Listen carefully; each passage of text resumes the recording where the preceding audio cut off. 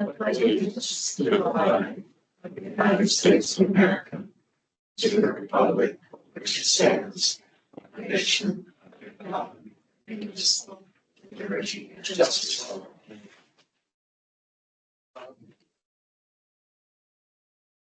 Welcome, everybody.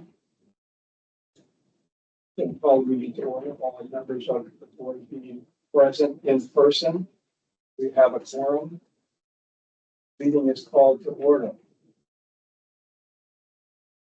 Members, have we had a chance to peruse the agenda?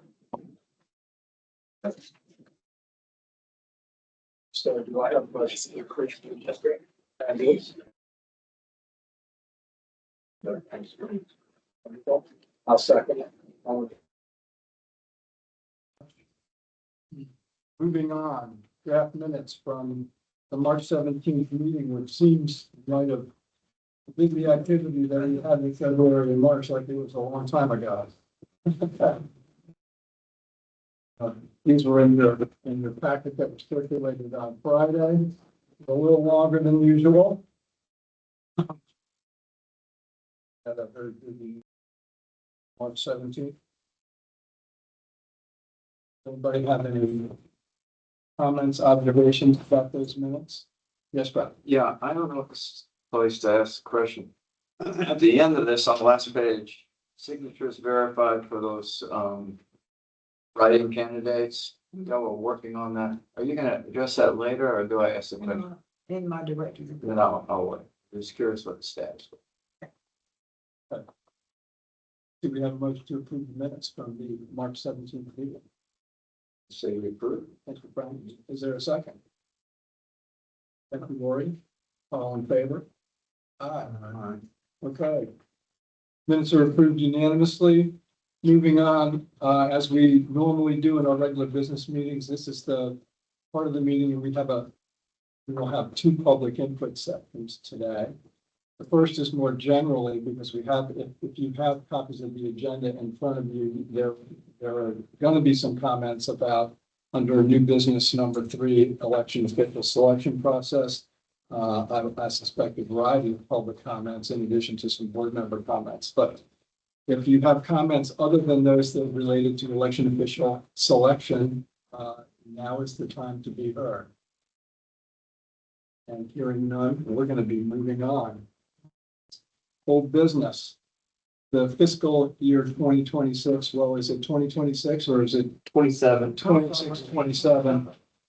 Budget update coming from Deputy Director Mashburn. Chance, you have the floor.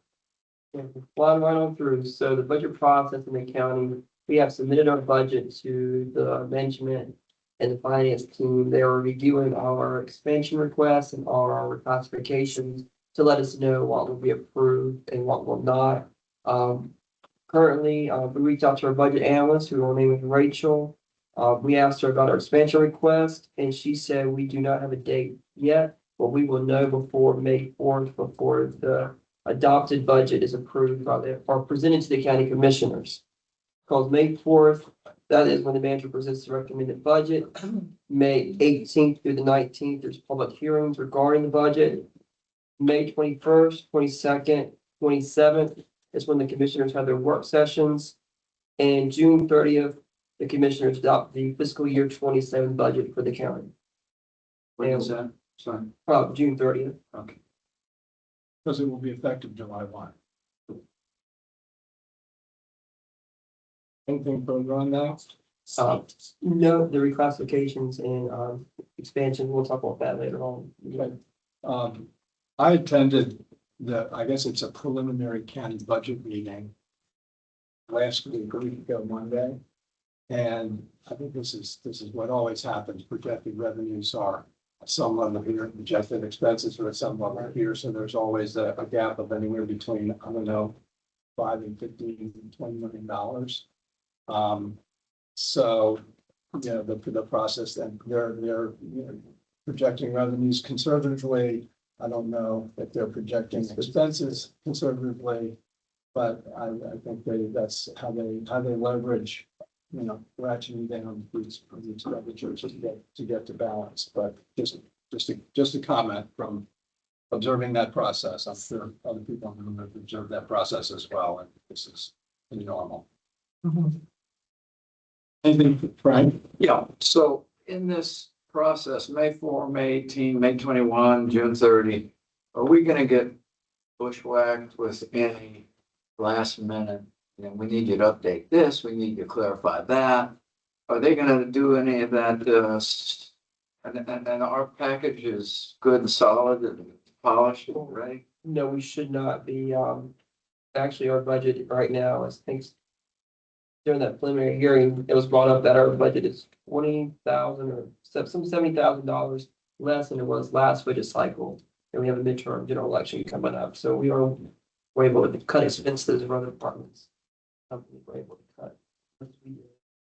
Well, it's only, we have one election. Yeah, one election. Right. That wasn't in fact because we don't have the municipal or the primary. So in fiscal year 26, we have the municipal election and we have the primary. So we are a little bit cheaper this go around. Because we have the general and then no election. Exactly, So, yeah. We ensuing fall. Right. One question that I do have, does our expansion request sufficiently cover, the anticipated increase in responsibility for, policing our voter rolls for non-citizens? Those rules are It's gonna be the- finalized pretty quickly. Right. So, So this one of the reasons why we asked for a new position. okay. Because of all the new Okay, sure. duties that we've had to add to us, and that would be one of their roles. Right. Okay. Any further comments? Okay, moving on to new business. Pandora, please give us the director's report. All right, Chance will give us, first his campaign finance report and also the voter registration statistics and the list maintenance monthly report. Sorry. So, campaign finance. So we had a busy season for the first period, during the primary. We are moving into the second quarter. So anybody who has, the candidate that's going to be on the ballot this election cycle, reporting period started February the 15th. It will end June 30th. And this is for all candidates who are above the threshold, which is over $1,000 expected to spend. The deadline to file their reports will be July 24th. And you can do that electronically, or you can do that, mail that into us, or you can bring it by the office. And if you know anybody who needs assistance or, wants to talk about campaign finance, you can come into my office and schedule an appointment, and I'll sit down with you. We can go over expenditures and we can get all that taken care of. I will move into voter registration statistics. Currently, we have 64,173 registered voters. Out of the 64,173, 20,965 are Democrats, 29 are Green Party, 306 are Libertarian, 15,021 Republican, 27,852 are unaffiliated. During the month of March, we had 325 new registered voters. And so far for the month of April, we've had 82 new registrations. All right, for list maintenance, in the month of March, we had only 5 duplicates that were removed. 71 deceased voters were removed, and we had 1 felon removal. So far for this month of April, we had 4 duplicates, 43 deceased voters removed, and 1 felony removal. That's it. Okay, so the first thing I have in my report would be, we've had a couple of, public records requests, which, has been consuming a little bit of our time. 2 are from the Office of the Auditor, which they are due on April the 27th. One was the cost of municipal elections, in 2025. Then the second one is the cost of early voting and election day polling sites in the 2022 and 2024 general elections. So, Chance and Alec have been working on that, and, they will get that information in through the state and then they'll forward it to the auditor's office. The third public records request, is one from one of our petitioners, Garner Weevil. And board members, I have this public record request in your packet here that you can see.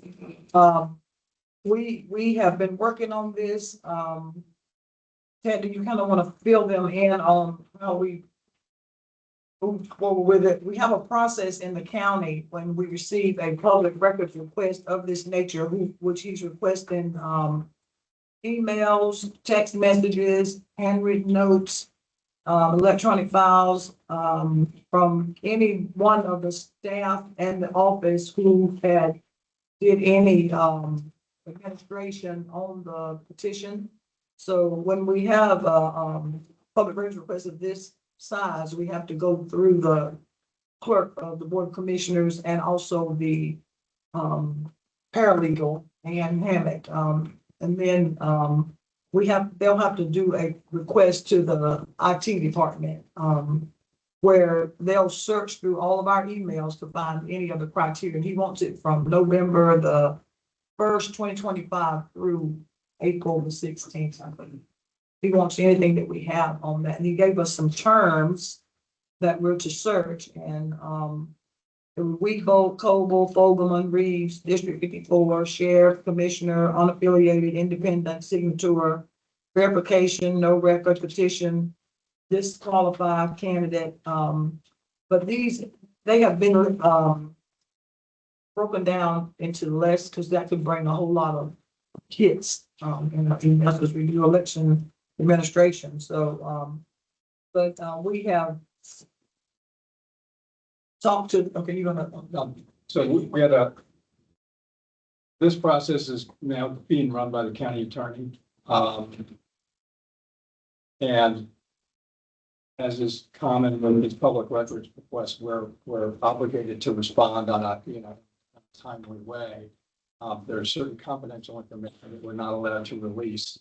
And that's why the county attorney gets involved to help you information that's going to be provided to make sure the confidential information, particularly about individuals and their personally identifiable information, is not disclosed, among other matters.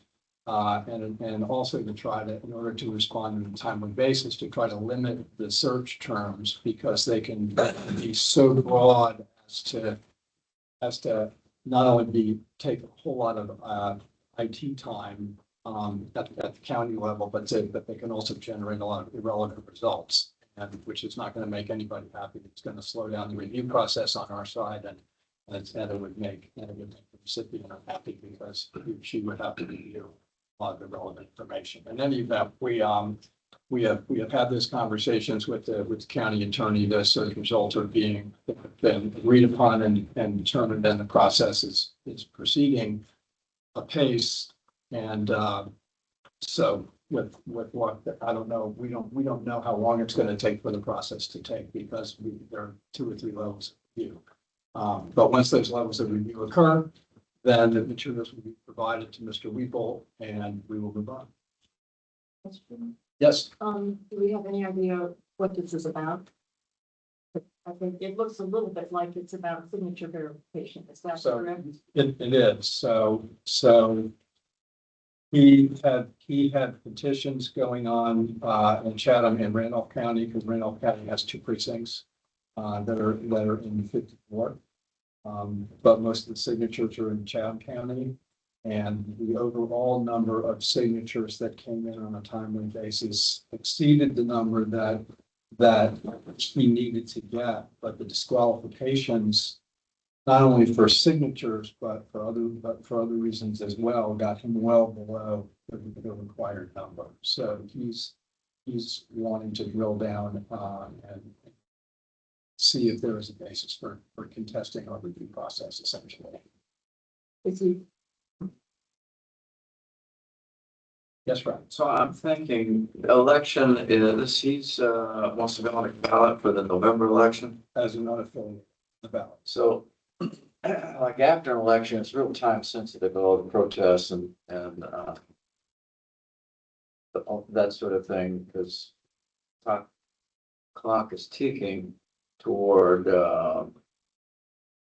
swearing in winners and losers and all that. So we've got like 6 months on this thing to Well, no, this is a little bit different. So he's trying to get on the ballot, and I think there is a threat of litigation out there, which is he's making the public records request essentially as a predicate to figuring out whether he wants to contest this in a formal way.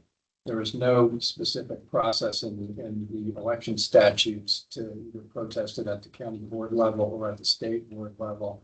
I think the suggestion is that if he's going to contest it in any way, shape, or form, he would have to file suit civilly.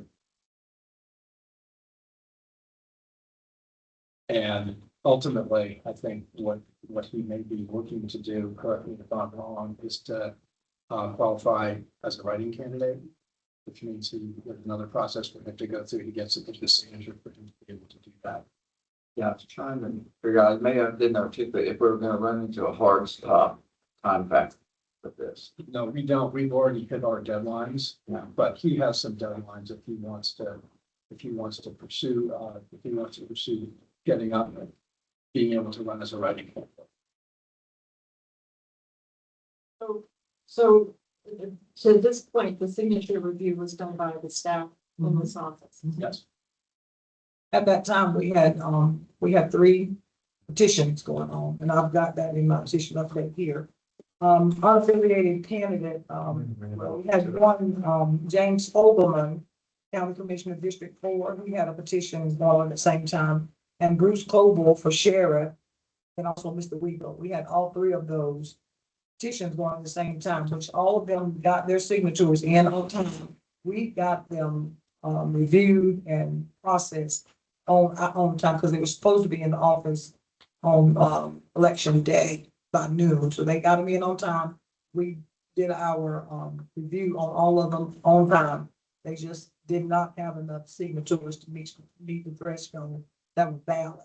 So all of them have expired right now. So as far as getting on the ballot as an unaffiliated candidate, it won't happen unless, he litigation or something, they say put Mr. Weaver on it. But Mr. Coble, he has already filed the papers for intent to run as a write-in for November. And we have received his signatures, and he has enough valid signatures to be on the ballot in November as a write-in candidate. So Mr. Fogelman picked up papers, but he did not return any back for the writing. And we don't have any signature sheets for Mr. Weebo at this time, even though he has made reference that he wants to try to get on there as a writer. So if District 54 crosses jurisdictions into Randolph, were the Randolph signatures mixed in with your, We can have some. those have to go to Randolph Board of Yeah. Elections, right? Randolph. It's the candidate's responsibility to get those signatures to the correct count. So if they're mixed in, so if we have Randolph's mixed in, say he gives us They're not 1,000, valid. They're not valid for Chatham County. then if we dismiss the Randolph. We don't know. We don't give them the Randolph. It's the candidate's place to get them to the respective board. We just invalidate the signature. Because it will not count in this county because you have to be a registered voter. There's a lot of criteria that has to be met for the signature to be valid. You're supposed to provide your name. You're supposed to provide a valid address, complete address, not just the city or the zip code or wherever you live. And the date of birth is not required, but it helps to verify the voter better. Also, it has to be a signature by the voter, not by somebody else. So when we look at that, we look at all that criteria as to whether. Is the main reason some of these names were rejected, was it not a signature match, or was it? Some of them, But not solely. not so, yeah, some of the, I don't know if somebody had deceased or duplicates or, it was different reasons. A lot of them, their record registration. No record of registration, people weren't registered. A lot of them, Randolph, they didn't live in the 2 precincts. I heard that. And Randolph County received the same public record request. Same, they have the same problem, Yeah. or he does have the same problem. Right. How sure is he of the number of? He turned in 2,953 signatures, and I think he had 1,700 and something. I'm not gonna say the exact, but it was not even close. It's not close. To what it needed. Needed 2,500. I'm just a little bit over 2,500, some seem to. Okay, Okay, so next on we had an elections connection, this is a meeting that staff has with State Board of Elections on April 1st. Executive Director Sam Hayes actually commended all of the 100 counties for conducting smooth elections, and he gave a special thank you to Guilford and Rockingham counties for going through the recount process. Flying colors, yeah. So, and then, of course, the state has started the modernization process for our state elections information management system, which is SEAMS, which houses all of our administrative modules. They've started that. They've also done a request for proposal for the campaign finance software as well. And both of them together is like $15 million. The registration repair is down to 67,590 voters in the state from 300,000. So 30% have been repaired. So that's good news, I think. Considering it was 300,000 to begin with. I'm not sure if that's the solid 300,000 or if it was a little bit over, but it's down to 67,590. That's still a lot, it's but more than 30%. That's 1,000 is correct. and that's what he gave us on the thing there. So it was 300,000. And then Angela Hawkins, a former Wake County board member, was replaced. She replaced Bob Lucio.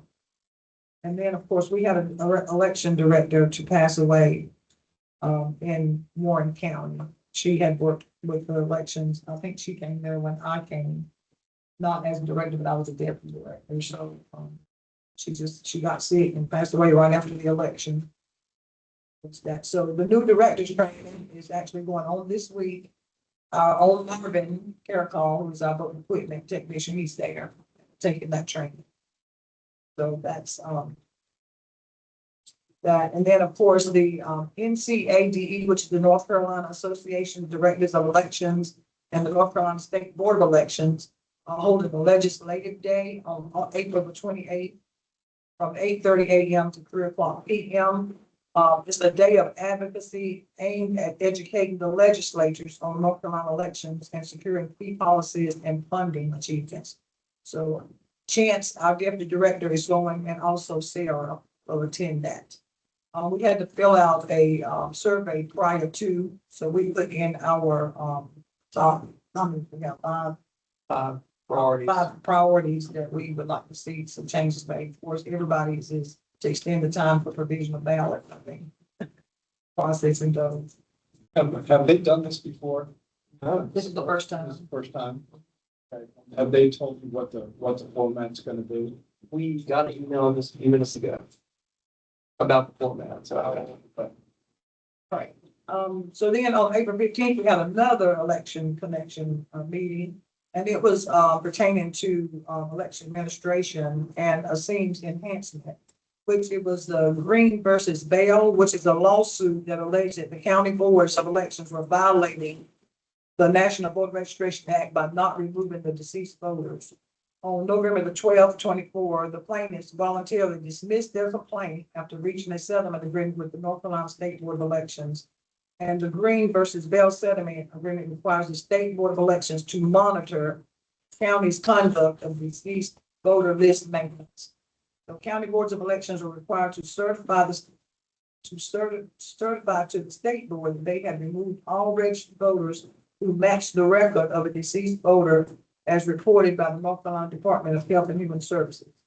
And of course, the Green versus Bell settlement requires the state board of elections to start providing a report which records each time counties access the Department of Health and Human Services state matching list over a 2-week period. So the third and final part of the settlement required that the state implement a program by which each county board of elections will review and record whether matches on the Department of Health and Human Services deceased state matching list are removed or not removed, and the reason if a match is not removed. So sometimes when we get the list, from the Department of Health and Human Services, a date of birth may be off. And if you can't verify solidly that that is the actual voter, we are on the side of not removing that voter to keep from removing the wrong person. So now we have to say why we did it. Do we have drill down and try to find out whether that voter is still alive? Wow, what we do, well, we look to make sure that the date of birth of the report that's not right is correct for the records of voter registration. And then if we don't have the contact information, we will side on the side of the voter, we won't remove them. Right. But they will be removed after 2 federal election cycles, they haven't voted on them. Then we get lists from the register of deeds as well, but if the voter if a voter that's registered in Chatham County dies outside of the state, sometimes it's hard for us to get notified whether or not that voter is deceased. That's right. So since we're talking about death and dead voters, did they say anything in the settlement about Wake County Board of Elections approving deceased voters? Remember during early voting, and they let a couple of people vote count when families objected to being removed from the rolls? That would be those challenges. And that was like only 1 year ago. Yeah. So what are they gonna do about that? Oh, that's different from what this is, I think. It's different, but it's the same. Yeah, that was in the I- challenges that were presented. They let those deceased votes, they did not remove them. This is Wake County Board of Elections. Board of Elections. Yeah. Sure is. All right, so the next thing I have is that the check voter rolls to identify removed non-US citizens. So at the State Board of Elections meeting on April 16th, the board approved new rules for a process that must be followed before a voter is removed. Voters' names, dates of birth, and the last 4 digits of social security numbers will be run through the federal systematic alien verification for entitlements, which they have this acronym SAVE database, which will provide information on any possible non-citizens. The state board recently entered into a memorandum of agreement with the U.S. Citizenship and Immigration Services for this purpose. And when any voters are identified by SAVE as potential non-citizens, election officials will take several steps designed to ensure that only non-US citizens are removed from the voter roll. So there is a process and they are giving us guidance on how we proceed with that. So administrative process. And they have information on the state board's website about list maintenance and some facts questions on that that you can go to. I think I sent the press release out and had all those links in it. So you can access all that information there. And these are some important dates and deadlines I just want to give you. Soil and water conservation filing. It begins June 8th, 2026 and ends on July the 6th, 2026. Write-in signature sheets are due in to this office July the 21st, 2026. Early voting plans are due July 24th. And the board, of course, will discuss at the regular meeting on May 19th, 2026, and vote on the plan at the June 16th, 2026 regular meeting. Write-in signature sheets along with the declaration of intent submitted to the North Carolina State Board of Elections by noon on Wednesday, August the 5th. So once they get those signature sheets into us, we get them verified. We have to send them in to the State Board of Elections along with their intent to be a write-in by 12 o'clock noon on August the 5th. And of course, our summer conference is August 9th through August 11th, and that's at the Sheraton Greensboro, North Carolina. And the deadline to adopt the resolution to alter a precinct is September the 18th, 2026, and that's per General Statutes 163-128A. And that's all I have for the direction report. Well, and that provides you with perfect segue to the next item. Okay, yeah. I have a question. But Save shared database. It's a federal database. Has anyone in this room seen methods, validation, reproducibility, certification? See, we require our SIMS database has to be certified to meet minimum standards, right? Has anyone seen any of that on the Save Shared database? so I haven't, but to your point, this is why we have a due process procedure on a county by county basis. We get that data, and if there's a problem, there's detailed process that we go through to identify whether the voter is in fact non-citizen or is a citizen. So that process is designed, is in recognition of the fact that there are errors in that database. So I would have expected our state board to ask the questions I just asked. Well, I think we did, but I think they're baked into the rules that we're going to have to follow on a case-by-case basis. I believe other states have refused to, share their voter registration lists with the federal government because of concerns about the accuracy of that national list. But North Carolina's decided to go along with it, although it also sounds like, the North Carolina State Board has had some of this county level verification that I don't think some of these other cooperating states have done. So I guess we're a little bit better off than some of the states that would be to do this.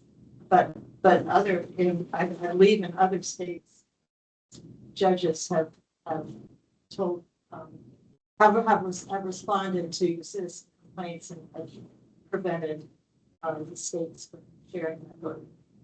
So, we're in North Carolina, so we're sharing. Okay. All right, Moving on. okay, so we're gonna go to the next agenda item, which is to redraw the West Siler City precinct lines to include the polling place. In West Siler City, where we vote at the seniors, it's the senior center, but it's the, what is it, the active living, active living center. We vote there. We didn't vote there in the primary because it was, of course, not, it's going through some renovations, so we had to use that other space. But it should be ready for election in November. So what's happened is it looks like we have two precincts in East Siler City, so it's not in the lines. So what we are proposing, this board is proposing, is to encompass that building into West Siler City, to redraw the lines. And we had to get approval from the State Board of Elections before, well, we had them look at it to see if it could be done. Because based on the law, y'all will look on this third page in here, this is the email from the state right here that tells us that we can do it. It says this should be fairly easy to do. Moving two census blocks to the West Siler City precinct.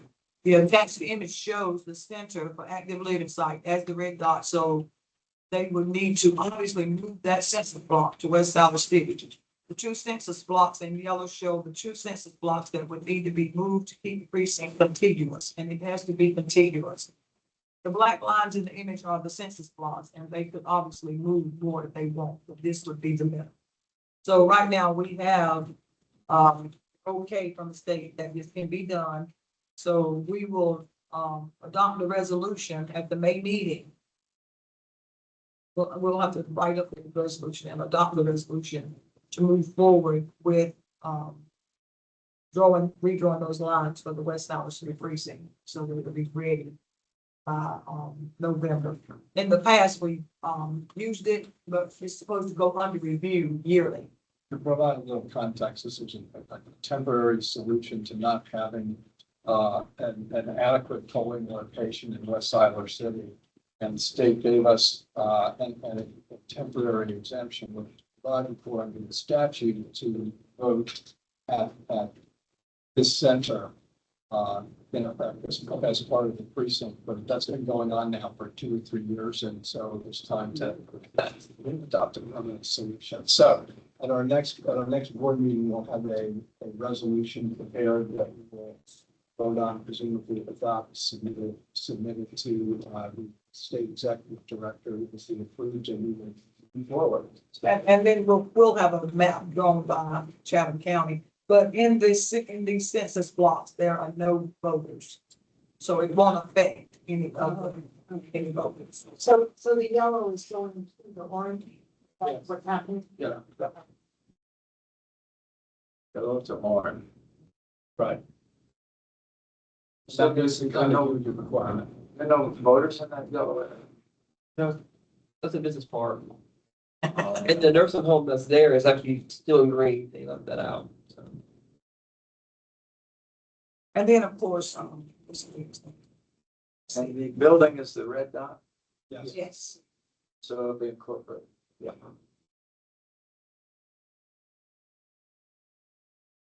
Any other questions or comments about enjoying the West Siler City precinct?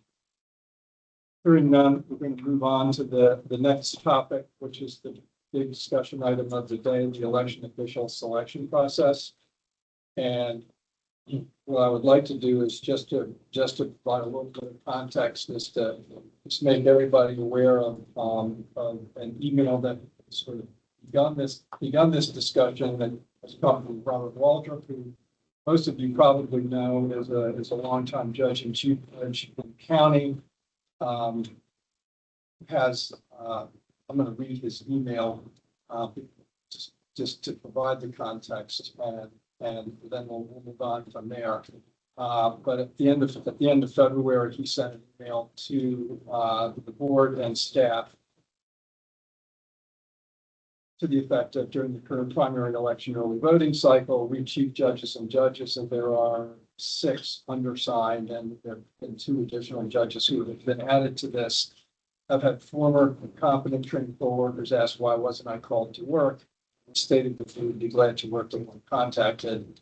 Many or most of these former workers are or may be unaffiliated. We believe the issue is related to the current and recently implemented system party approval and submission of proposed workers by the 2 main parties. The system misses those registered as unaffiliated. As that unaffiliated segment is growing, we may be missing a large segment of possible poll workers and many veteran poll workers in whom the Board of Elections has already had significant training investment. Experienced poll workers are valuable, especially when we will all be under greater scrutiny, pressure, and additional election law.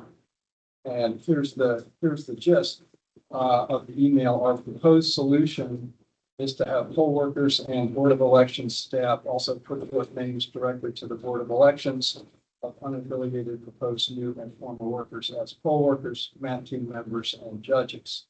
Signed, Robert Waldrop and 7 others. So on receiving this email,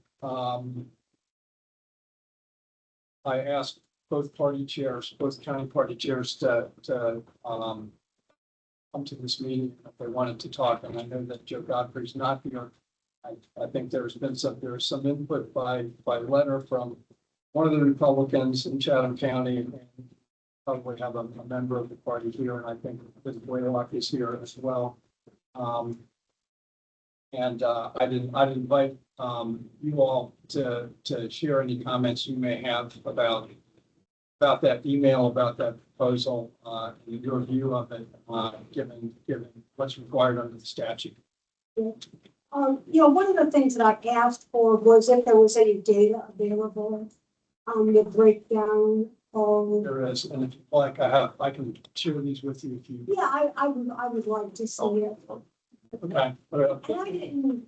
Oh, okay, great. Election day. That's election day. And that's really voting. Oh, that That's was not- not, you have to leave it on the earlier, on decision day. That's election day. Okay, that is just election day. Okay, We also have early voting as well. okay. So from what I'm seeing, if I'm interpreting it right, for nominated by the Democratic Party for unaffiliated, there's a lot of assistants, not very many judges. Right. Okay. So in both parties were nominating and the board was approving unaffiliated. I didn't really prepare, anything. And I did not see the email before it was sent, so that, was sent by Robert and some other company. Talk about that. And I'll just say, my approach to nominating,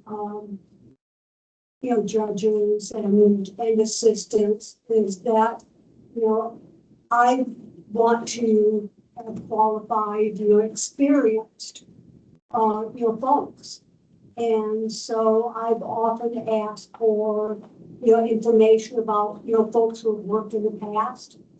When I make a decision about who to recommend, I don't really pay that much attention to party affiliation, as far as differentiating between, unaffiliated and Democrat, because, to a large extent, age is a big predictor of being unaffiliated. Younger folks are unaffiliated, so you need as many young folks in the process as possible. So, and, honestly, I don't pay that much attention to it. And so I was a little bit surprised. And I guess the one other thing, there's, anecdotal stories of people bumping into one another and saying, well, why wasn't I called? Why wasn't I called? And, I've been contacted by several, Democrats that said, I love working at the poll. Why wasn't I called? So, and I guess the only other thing I'll say, when I submitted names, I submitted a long list, like 3 times as many. So, and I don't know who will finally got selected. So, but honestly, I don't pay that much attention to party affiliation. And leave the final decision to the board, with the idea of having experienced people, because, that benefits everybody. Long line, no one wants long lines at the polls because you've got inexperienced people. So I'll start there. Oh, thank you. Comments? Yes, sir. Can you clarify the issue from the standpoint is there not enough people on election day, and is that the issue? Well, you identify yourself. Mike Poole with the Chatham County Republican Party. So based on Robert Waldrop's email, I don't think it was a question of not enough poll workers. His solution to a perceived problem that there are not a lot of unaffiliated voters, registered voters in the county who are nominated or selected to be judges or chief judges or assistants, that there's not enough of them, it seems to me. And so what he's suggesting is to have poll workers, Board of Elections staff basically source names directly to the board to provide more unaffiliated chief judges and chief judges. Okay, So that's my understanding of what he's proposing. Okay. And right now the process is that each party, 2 major parties, Democrat and Republicans, submit those names. So by law, the statute requires that whether it's for election day or for early voting, that each party chair submits names to the board for positions of judge, chief judge, and assistants. And we're required under the statute to choose from those names, assuming that the number of names are sufficient and that the people whose names appear meet the minimum qualifications that are set forth in the statute. Okay, and so each party can nominate unaffiliated. Correct. And they do. So the position of the Chatham County Republican Party is we feel all this is governed under NC General Statute 163-42. We feel like the provisions are there to accommodate that. And so therefore we oppose any changes to that process that deviates from 163-40. Okay. I will note that the statutory reference is not correct, but you're correct that statutes do in fact already provide for this. The easiest place to understand the process, particularly with regard to early voting judges and chief judges, is to look at number memo 23-07, which was promulgated by the previous executive director of state, Karen Brunson Bell. And if you go read that, and the statutory reference for early voting purposes is section 163-166.35A1. But the frequently asked questions actually address all of these issues right now, in terms of how this process ought to work. And I'll just read you 3 of them. Frequently asked question number 8, which appears at the end of this numbered memo. Can county boards appoint unaffiliated voters to serve as early voting officials? Answered yes, provided the county board follows the appointment process outlined in this memo, which is what I just explained. A political party could choose to recommend unaffiliated voters to serve as early voting officials, or if the political party does not submit sufficient names, the county board could appoint unaffiliated voters.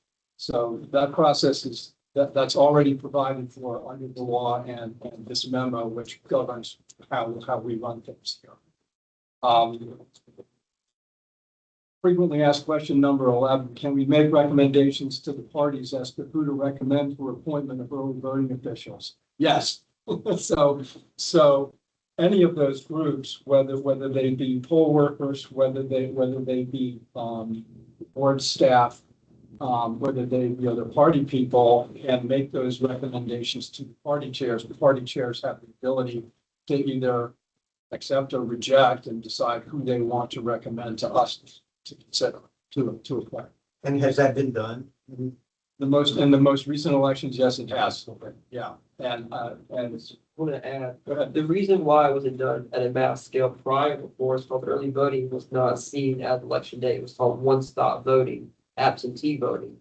And that the law change that went in effect for the 2024 election. But we used to have site managers and assistants, but now we have to have a chief judge and a party judge at all shifts.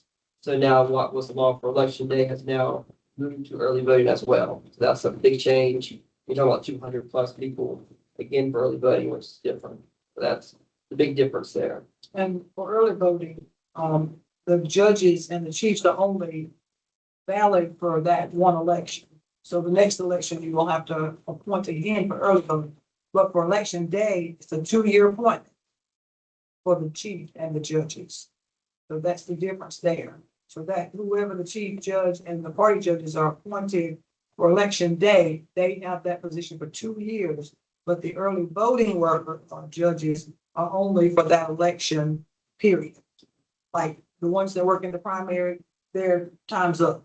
So we'll have to appoint new ones for the general. Now, it could probably be the same people, but their name have to be resubmitted to by the party. So the election day judges were all appointed for last August for 2 years. So they will be in place for every election until in 2027, at which point in August of 2027, new judges will be selected for all 18 precincts. Assuming we have 18 precincts.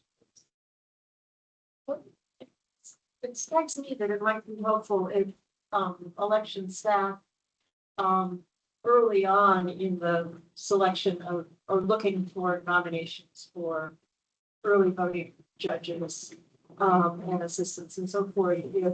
If you have a collection of names of people who you would really like to have be judges because they have a record of being really great, let the party chairs know those names early on in the process. And maybe you do that already, but I sometimes feel like we're sort of, That's what we do. waiting for. No, we're not waiting. We send it to them. So if they don't want them though, they don't have to give them to us. Okay. You know what I'm saying? We send them who. And are you also sending the names of unaffiliated? Yes. Okay. Well, and to Robert Waldrop's point, there are a number of people who have gone unaffiliated from both parties who have done this, who are experienced. So, and both party chairs, I believe, are aware of it. One issue that I know is working with Alex with a lot of poll workers, a lot of contact information that was provided prior is no longer valid contact information.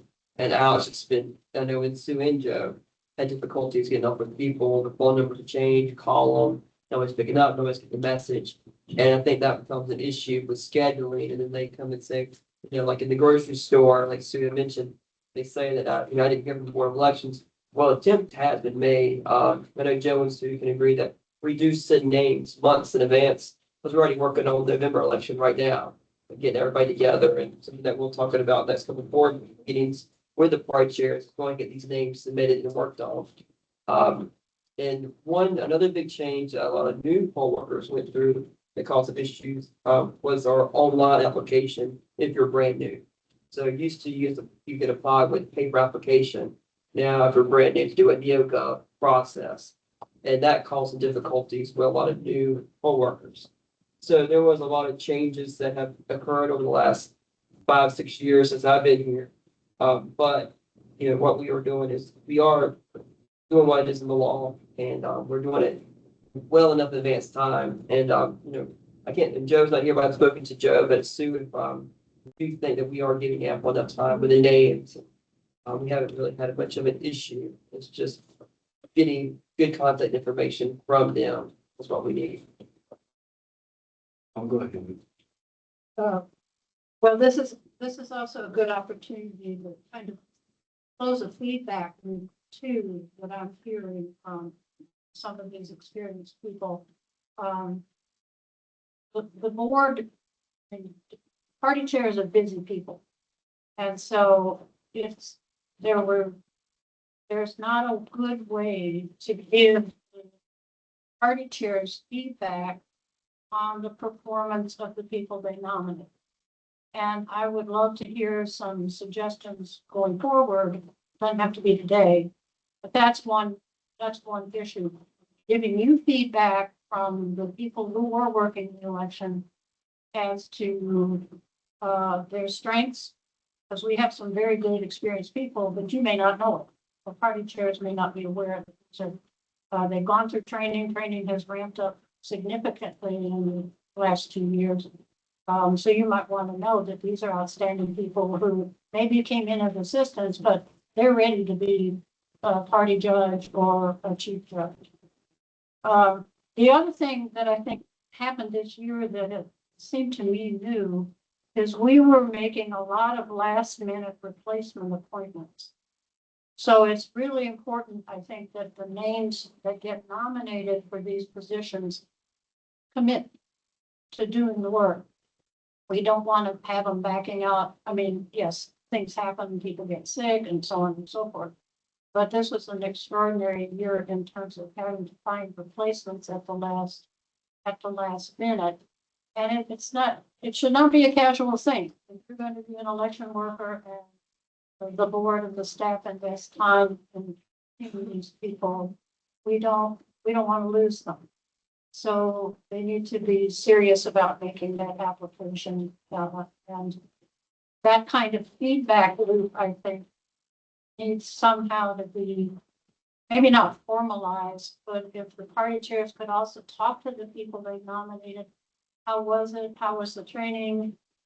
Give us some feedback on what may make them stay in the job longer, and what we can do to find out who maybe isn't that happy doing the work they could do.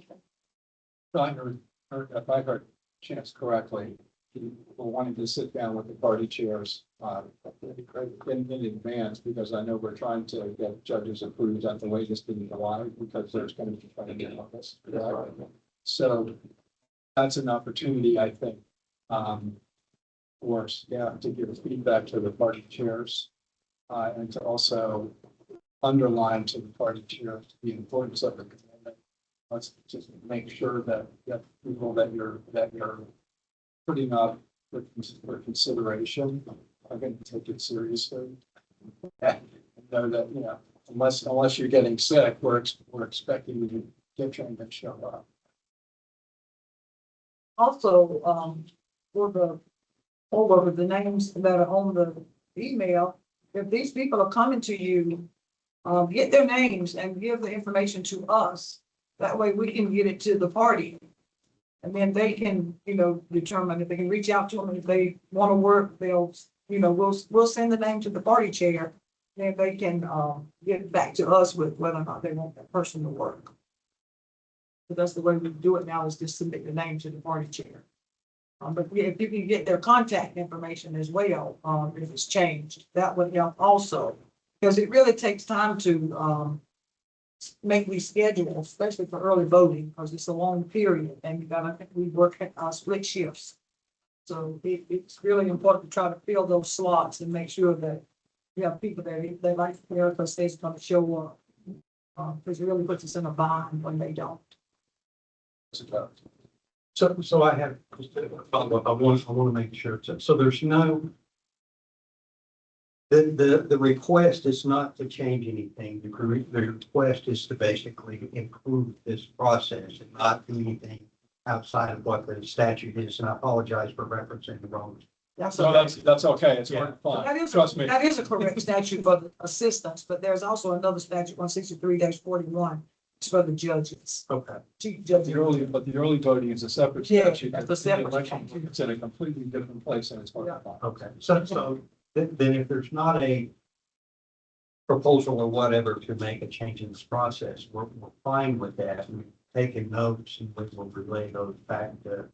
Well, actually, he was wanting to change the process because he was wanting for workers to basically go directly to us and cut out the party chairs, is the way I understood the proposal. Then that is.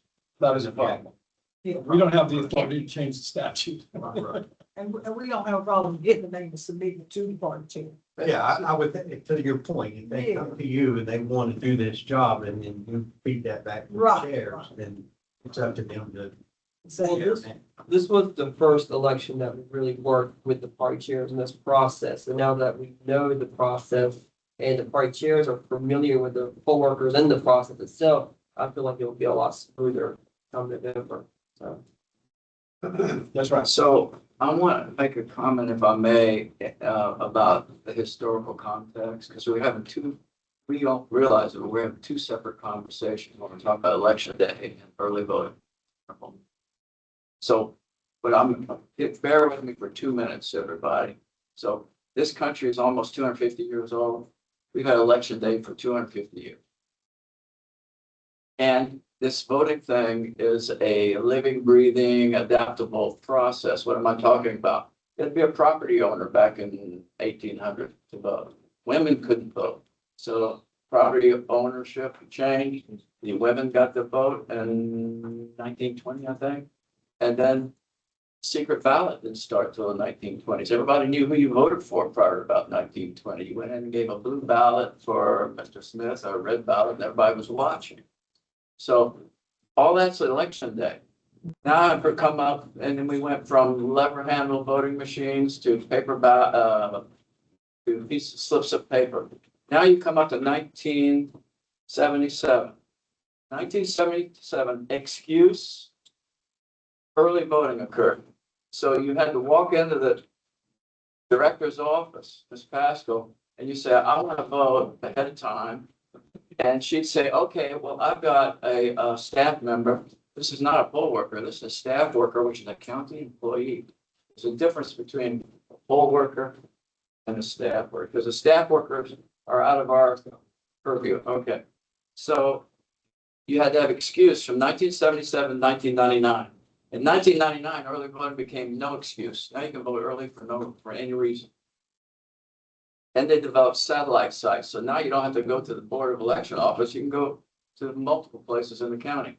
But the workers are still county employees under the direction of the director.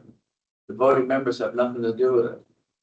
It was a small fraction of voting, and maybe people like me, my predecessors, sat on their heels and didn't want to be involved in this. I don't know the data about why voting members did get involved.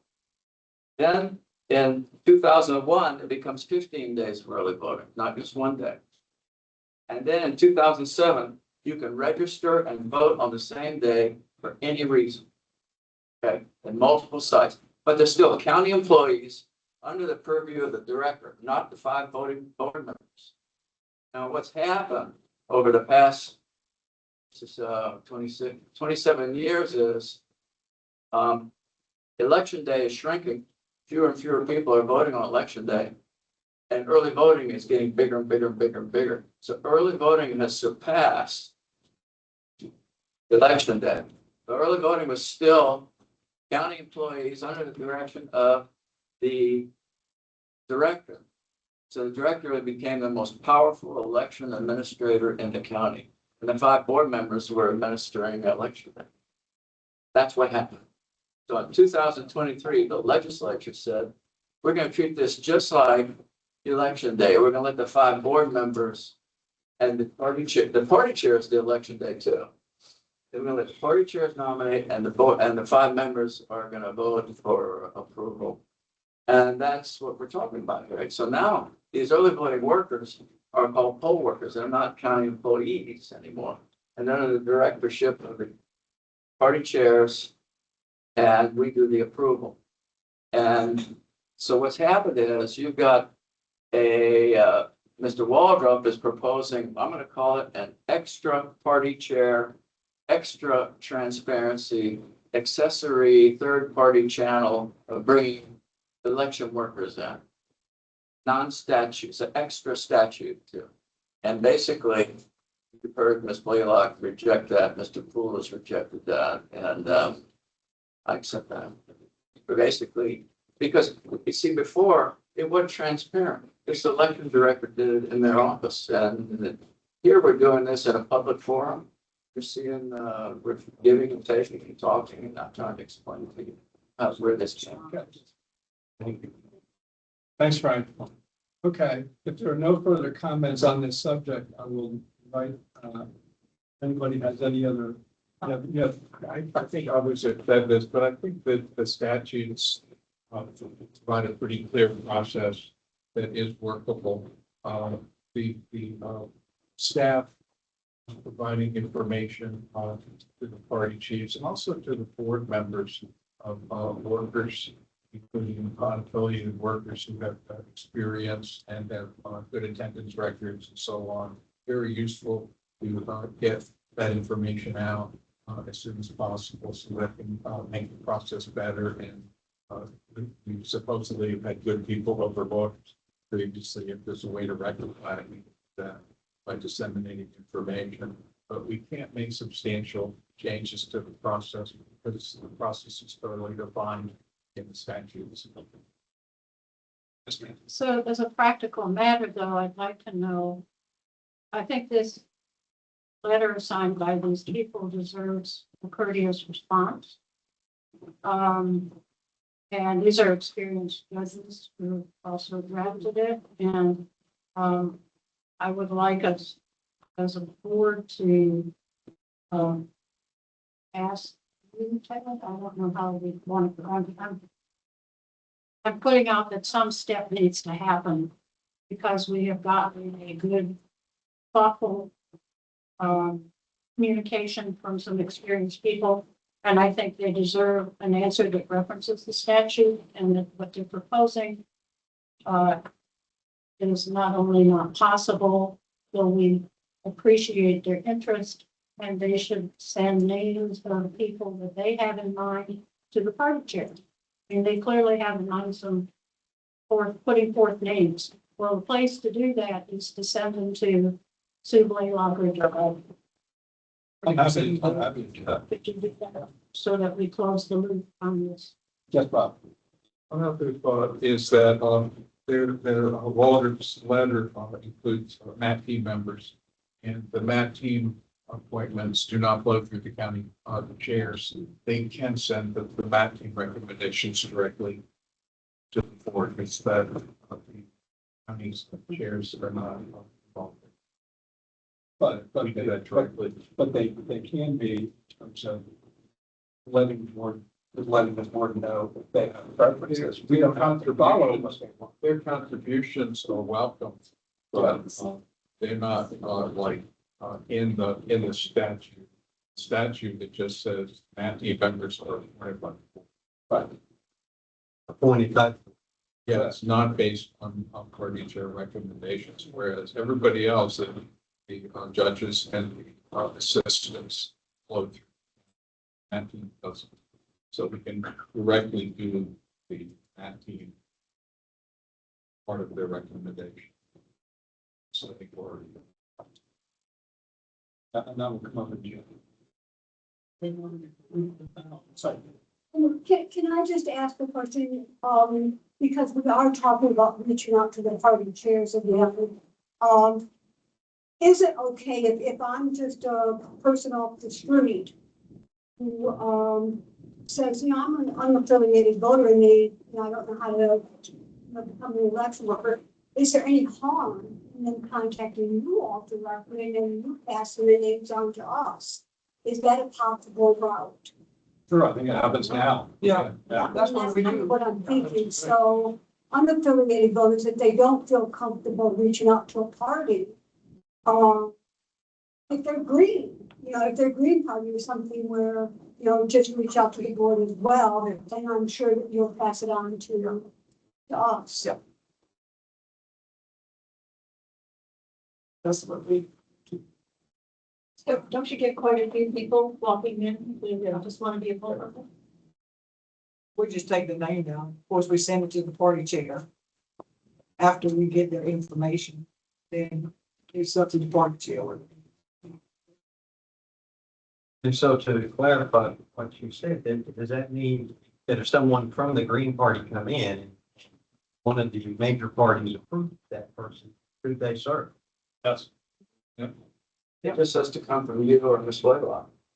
The party chairs can recommend anybody of any party. They don't have to just recommend their own party or an affiliate. They could Democrat recommend a Republican, vice versa, if they want to.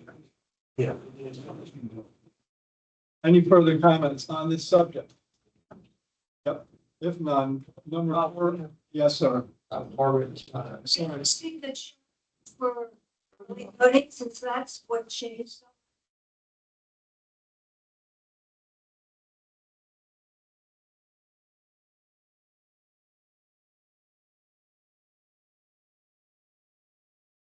And it's more even for assistance. Well, this is where Sue really overdid it. In the assistance. Early voting was implemented, the change in what, 24? But the law was passed in 23. yes. That took it away from the director and put it to the party chair.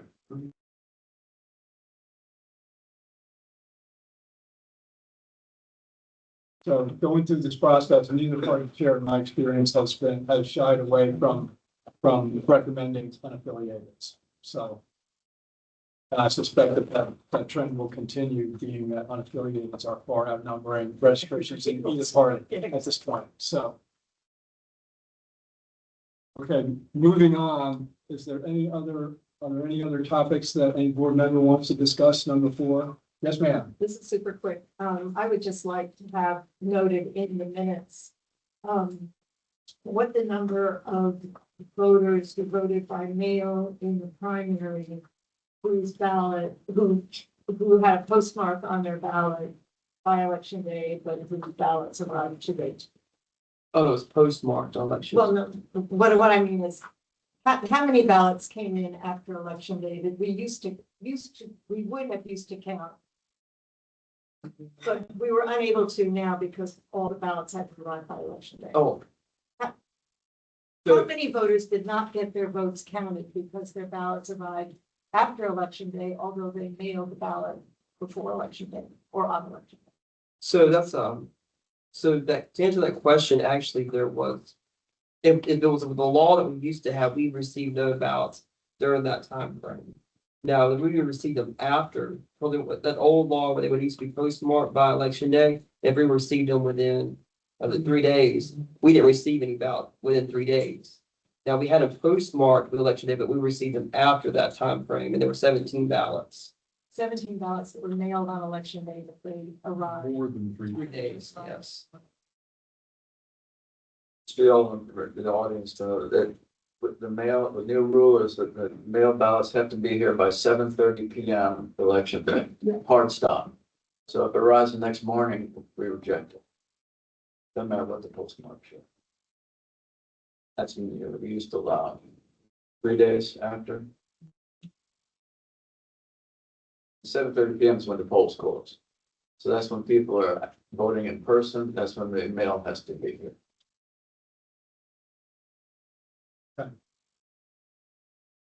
If there are no other issues to be brought forth, we're gonna move into closed session. And Erica, do you have a motion? I do. I move that the board go into closed session per North Carolina General Statute 143-318.11.